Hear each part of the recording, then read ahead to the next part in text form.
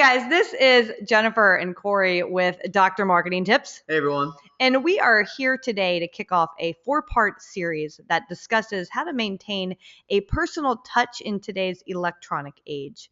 And what we mean by that is, how do you kind of get relationship building, personal one-on-one attention with potential patients when they're constantly being interrupted by Facebook and social media and comments that are posted anonymously about you or about your practice? How do you go back to kind of that 19th, early 20th century medicine when the doctor was, he was your gynecologist, he was your primary care physician, he was your cancer doctor, he was your financial planner, your doctor was somebody you trusted and somebody you always went to. And now it seems like everything is so fragmented. And so more and more we are looking at our marketing efforts to help build that relationship with our potential patients. So that's what Corey and I are going to talk about in these next 4 slide presentations. All right, so to get started, let's set the stage a little bit for what we're talking about when we say the digital age. So around 40% of the world's population uses the internet daily, which if you look back all the way back to 1995, it was less than 1%. I'd say that's a pretty big boom for the internet. And now in the age of self-referrals with patients, a lot of times we see that they're going online first before they do anything else, before they decide who's going to offer them any sort of healthcare. And a big part of that is Google, which now processes 3.5 billion searches per day, which is just mind-boggling. And Facebook has 1.3 billion users, which if you add that up, it's about the same amount as the population of China, which when I read that, I think it blew my mind. It's crazy. We've talked about it before, but literally, especially back in the day, it took 20 years to build a reputation.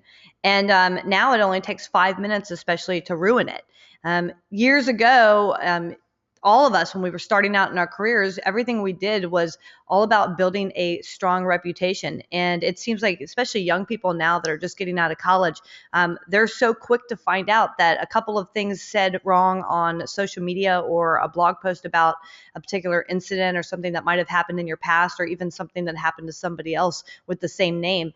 It's so quick to ruin a reputation. So Warren Buffett had it right. He said it takes 20 years to build that reputation and only 5 minutes to ruin it. Yeah, and I would argue now, even with the age of the online reputation management sites and things like that, it just takes a couple of seconds because all they have to do is see that star rating on that first page of Google, and they go, if they see he's got 1.5 stars, well, I'm not going to go to that guy. So it's incredible how fast the reputation can just tank because of a few bad reviews. So today, patients have 24/7 access to your practice like never before, and that's through not only your website, but all of the other online reputation sites, and that's anything from your health grades to your vitals, and even branching out a little bit more to your Yelp and your Yellow Pages and things like that, which we'll talk about in just a little bit. So in the electronic age, patients can say and share whatever they want with the world. Jen and I often say that the great thing about social media is it gives everyone a voice, and the terrible thing about social media is it gives everybody a voice. So telling your story is the best way to make the internet personal, and that's actually what we're going to kind of expand on in this 4-part series. Today, we're going to focus specifically on the online reputation management sites, and as we move through this, you'll hear different ways that you can kind of tell your story on the internet. Nearly 75% of all searches are for small businesses. And we know that our listeners and our users at Dr. Marketing Tips are small businesses. So this is very relevant to you guys. And we also know that searching for healthcare information is the 3rd most common activity on the internet. So what's ahead? Well, we're going to talk in the next 4-part series. We're going to give you a lot of facts. We're going to give you some figures, and we're going to have a little bit of fun. And we're also going to talk about how to maintain a personal touch online with your online reputation management. That's what you're listening to right now. And then we're going to cover social media in part 2, websites in part 3, and video in part 4. So let's get started. Maintaining a personal touch, online reputation management. All right, so as we said, 75% of searches are for local content for small businesses. And the thing is, patients can't find your information if it isn't up to date and confirmed.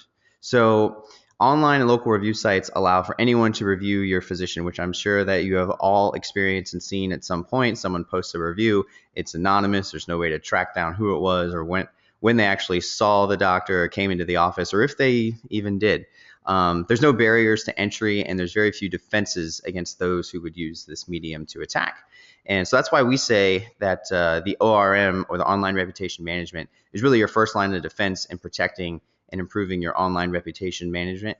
And you'll see that those stars there, they are so important. We're going to get into why in just a minute. Yeah, so to add to what Jen was saying, one of the things that we do for our clients often is actually monitor these sites and make sure that we are responding to reviews as quickly as possible, because we know from just experience and from seeing a lot of practices out there that if you're not paying attention to these things, or you catch them 3, 4, 5 weeks later, and then you respond, what kind of message does that send to patients and potential patients that you're taking so long to respond? Because if you cared, you really wouldn't be 5, 6 weeks behind the review. You'd be right on top of it. So in the internet especially, kind of perception is reality, and that's something that you deal with constantly when you're talking about online reputation management and these review sites. And speaking of these review sites, here's a couple of the top ones there. Interestingly to note that Yelp is actually now considered the number one for physician reviews. And personally, I think it's kind of weird that you can find a really good sushi joint and your cardiovascular surgeon in the same website, but that's just me.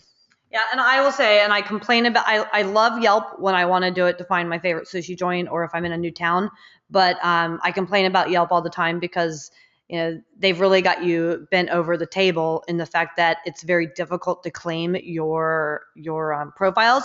And if you want help claiming your profiles, they want to charge you a fee to claim them. Such a pain.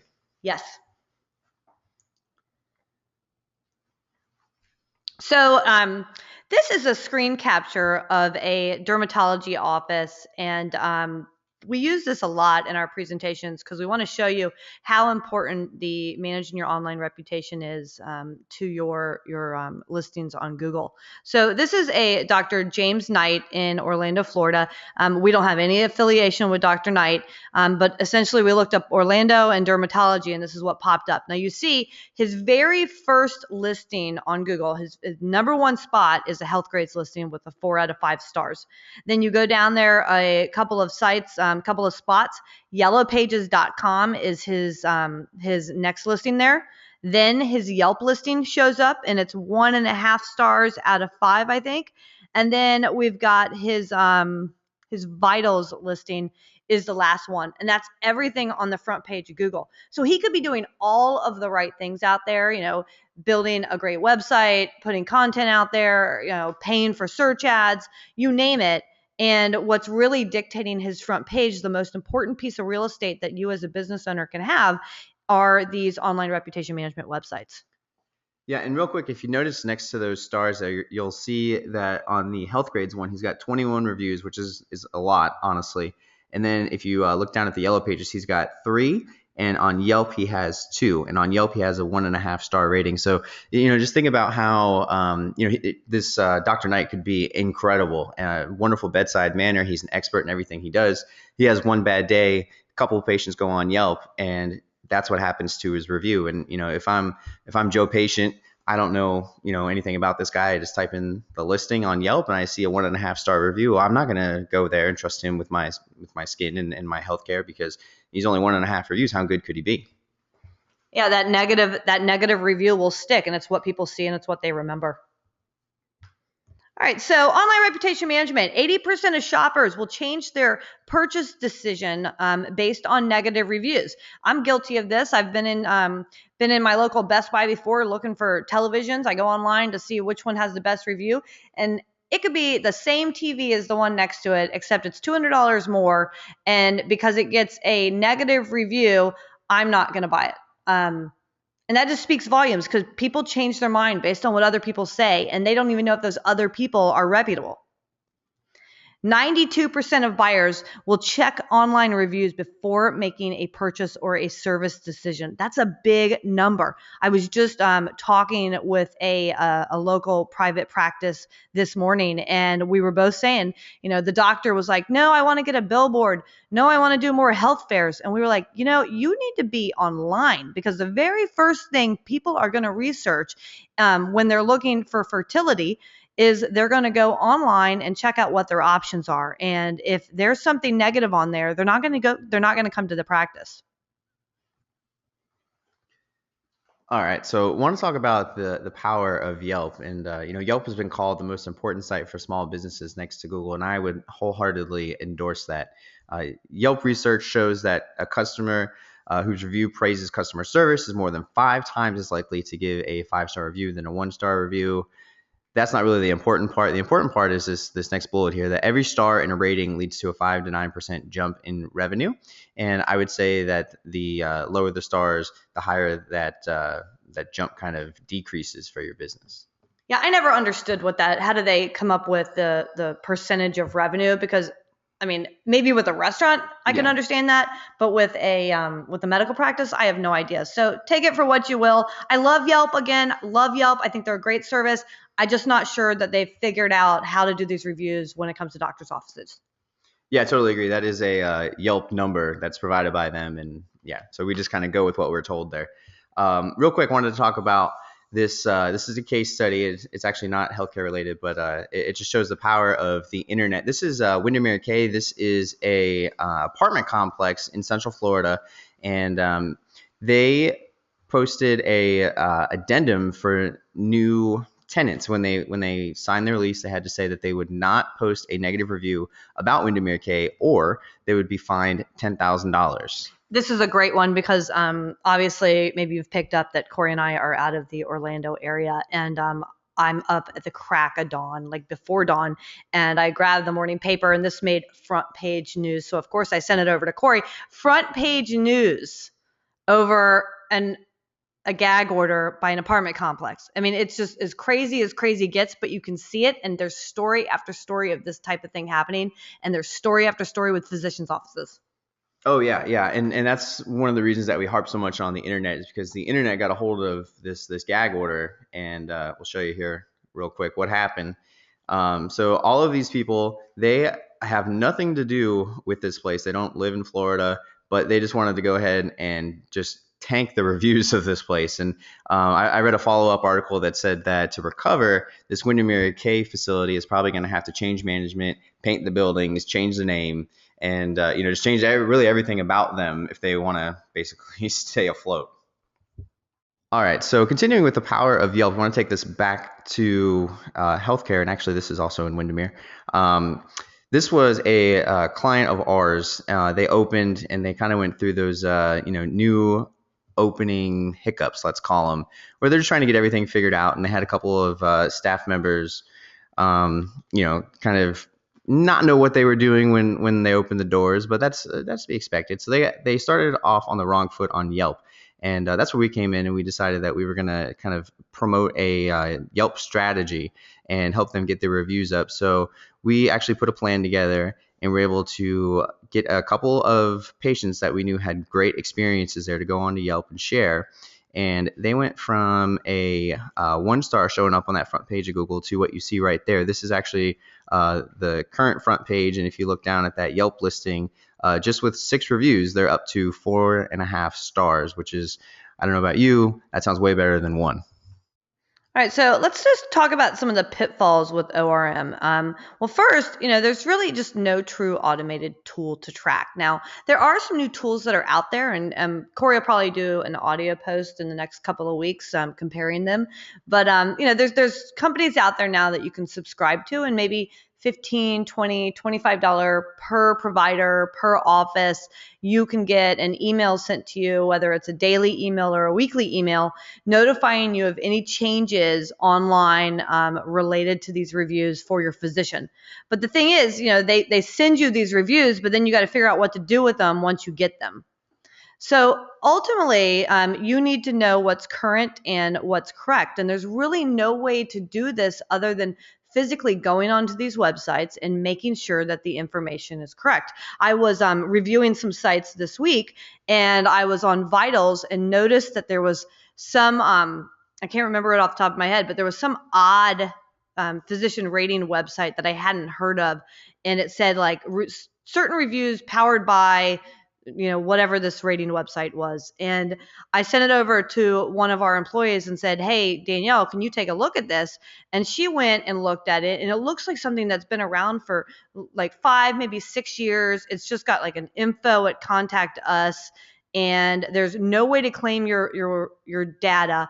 And one of our clients had a listing that literally is like 6 years old, and we can't track down the source. So one of the pitfalls when it comes to ORM is that it's up to you to go out there and make sure that the information is correct. And there's no true way to automate this process. There's some shortcuts that'll help you, but there's no way to actually do it without physically putting in the time right now.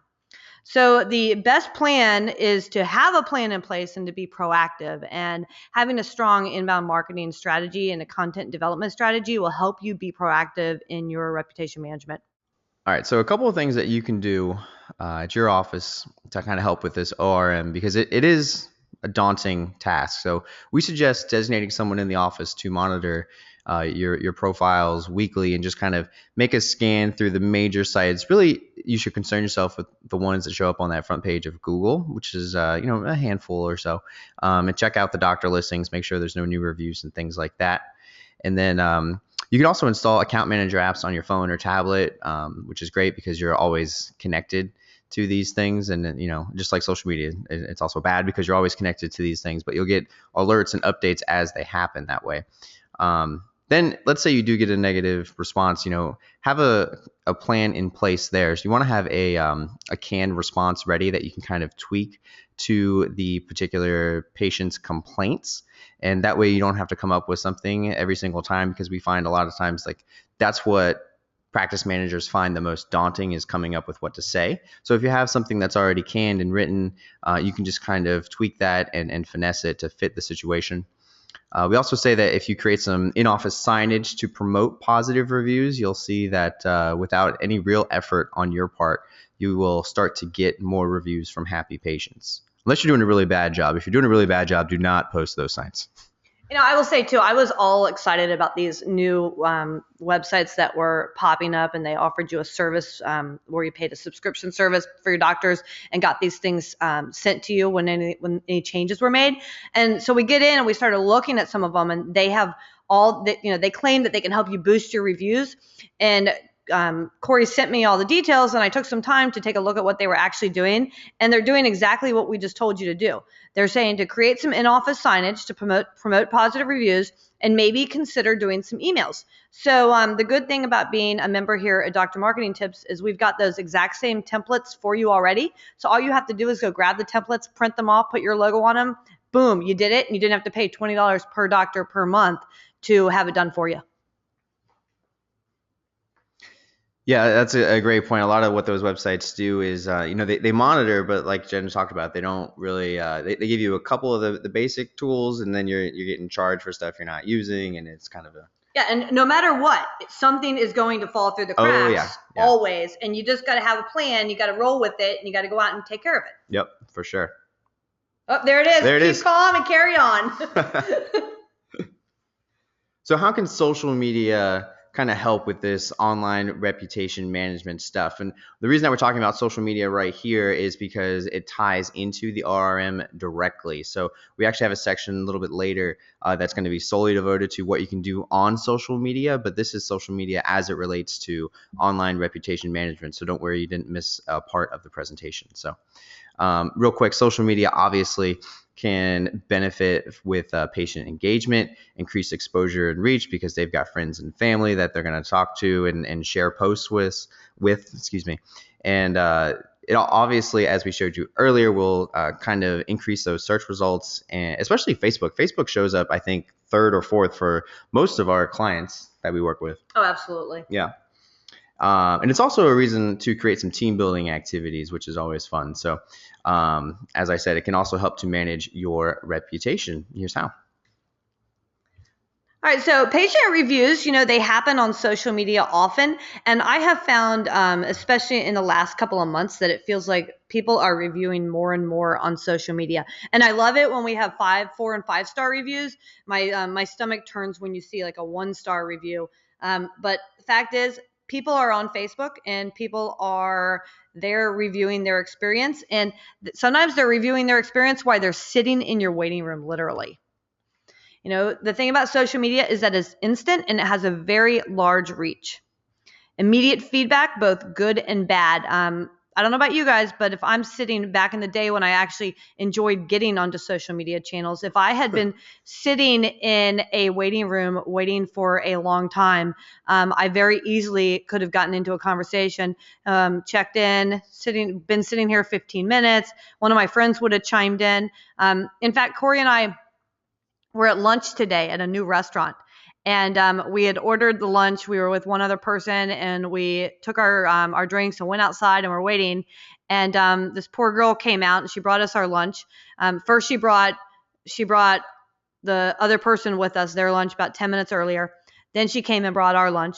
And then I inquired about an appetizer we had ordered, and she said, okay. And then she walked to the back, and she came back and said, you know what? It wasn't on the receipt, so I'm sorry, I can't bring you the appetizer. And there were some other people talking to us, so I decided to hold back. And I said, after she walked away, I said, it's a good thing that I'm in a good mood, or I would go to social media and I would talk about this.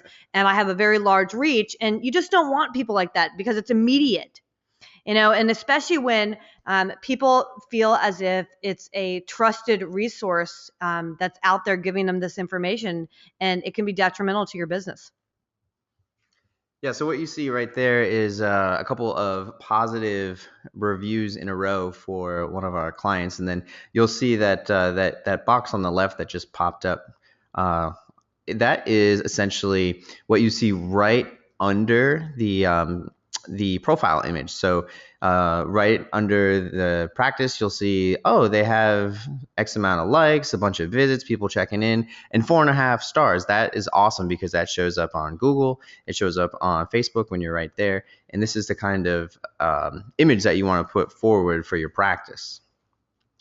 And here's just a list of a bunch of social media sites. We always suggest that you don't need to be on all of them, but you should at least be on one of them. Yeah, I had someone today that said, they had hired some agency, and the agency focused on Facebook. And we got to talking. I said, well, you could be on any of these sites, but if you're gonna get on them, you want to do it well, and you want to spend real time in it. And I had to explain to her, the agency probably chose Facebook because that's where all the people are. And Facebook is enormous. And if you can only focus on one or two, focus on where the audience is and do it right. All right, so how can you maintain a personal touch with online reputation management sites? We touched on this briefly a couple of minutes ago, but you want to respond quickly to reviews. If you get a review, you want to have a response ideally within 24 to 48 hours, if that's at all possible. So if you look on the bottom here, that was a so-so review that we got pretty recently, and we went ahead and posted our response. It was actually, we got that response up, I want to say within 6 hours or so. And we were sure to put a actual phone number of someone that was aware of the situation and that was empowered to help. And obviously, I would say 9 times out of 10, when you do that, don't worry. The patient, they want to vent. They're just out there to kind of get something off of their chest, and they can do it anonymously on the internet. They're not going to call you. But I will say this: Corey has a conference call in about an hour with a client that got a negative review on one of these reputation management sites, and it's not overly negative, but it's negative, and they think that it's worthy of trying to get taken down. And the one thing about these reviews is you need to have something canned, but each one has to be treated individually because you never know what's going to be different. But we realize how hard it is to just say, go on there and throw up a canned response, because sometimes it generates conversation in management, conversation with the physician, research on your records to see if this was even a patient, then the outreach, then the waiting period. But like we said, when you see something come, you want to respond, whether it's getting a post up within 48 hours or just getting your action plan in place so that you are working towards a response. And you can craft your message to tell them, we know it took us a couple days to get back with you. We've done some research. Please call us at this number. But we want you to know that Corey and I both understand what it means when you get this and how you have to drop everything and go put out yet another fire. Yeah, and with this, it's not just as simple, like Jen said, let's just put something up there. It always generates a conversation. The client that she was referencing earlier, that right when they got this review, the first thing that they said was, well, can we find out who that is? And the answer really is no. Yeah, which is why these people, they post because they can, and they can be anonymous. But yeah, it always generates a conversation, and there's always some back and forth. So it's just a matter of how much time that takes, and if you're going to show a physician, and you have to weigh in their opinions as well. All right, so a couple of other ways that you can maintain that personal touch in your reputation management is when you're responding to someone, you want to offer a direct line to someone important on your admin staff. You want to make sure that you aren't putting them in through the general phone tree, but that you give them a phone number where somebody will actually pick up the phone on the other end. And if they have to leave a voicemail, somebody that is empowered to make decisions will pick up and call them back and make something happen. You want to always express that you want to hear the full story from the patient themselves. Don't assume that you know what the story was because you read it on social media. Always, number one, when it comes to customer service, just sit back and listen and let them get it off their chest.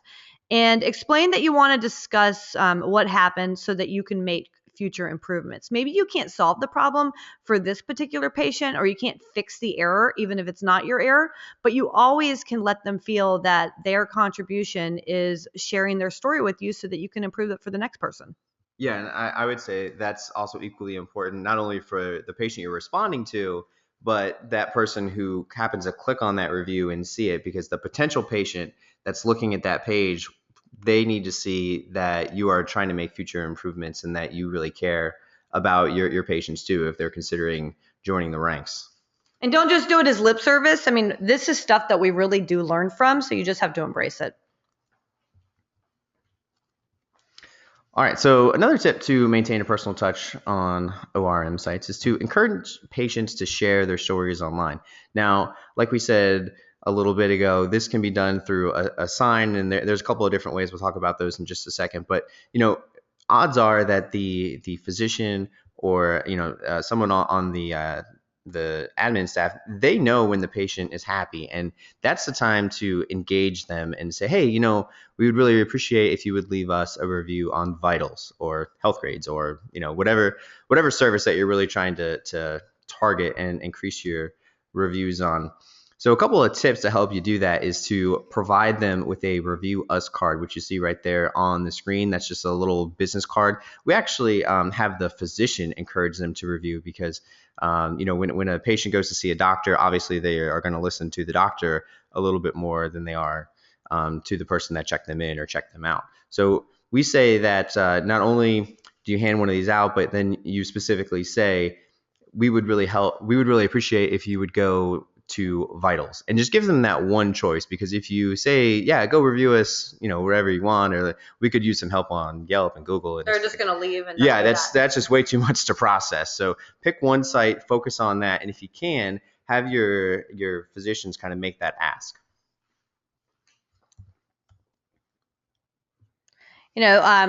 What you really want are people to share their stories online. So you can very easily, here's an example of, we had a practice that we were working with, and this ophthalmologist actually has a newsletter that he sends out every month at the beginning of the month. And in his newsletter, he focused on sending instructions on how to leave a review on Google. And we saw some exponential results in just sending out a couple of newsletters over the course of a couple months, and got a half dozen or so new reviews that really helped him. Because remember, everything on Google matters, and ratings on Google really do, they're the gift that keep on giving.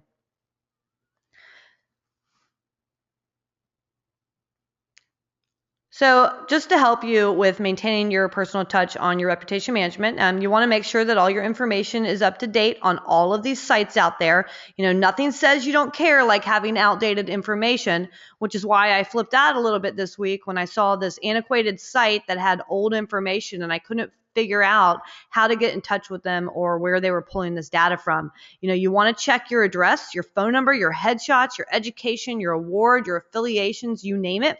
I will say that the most important one, though, is make sure that your address is correct and that your phone number is correct, especially with the rise in people accessing your website through their smartphones on their way to an appointment. We've had many instances where patients have gone to the wrong location or called the wrong number and have been unable to get to their appointments on time. Yeah, especially if you have moved locations within the past year or so, just make sure that if you do nothing else, just run through it and make sure that those phone numbers and addresses are correct. So another tip to maintain your personal touch on these sites is add photos wherever you can. A lot of the sites, they just allow for headshots, but some of them, this one is actually from Yelp, and you can submit photos yourself, or you can encourage patients to submit photos. And you see that one photo there in the center is a Starbucks coffee machine that this practice has, and patients, they love that. People still comment on that thing to this day. So it's funny how something so small and trivial can kind of make such a big difference. I think it's great when I show up at this practice's office, and especially if you're there early in the morning, there are always a ton of old people or security guards or anybody on their way, like all around the coffee gym, machine, picking up coffee, and they just go in there just to get the coffee and then they leave. So that's about it for today. But the next time we come back, we are going to be talking about maintaining a personal touch by using social media. Totally different from what we talked about today, which was partly using social media to help boost your online reputation. But the second part of this series, we will focus on how you can really use social media to help tell your story and get other people to tell your story for you. All right, with that said, I want to say thank you guys for hanging out, and we'll see you soon. Thank you.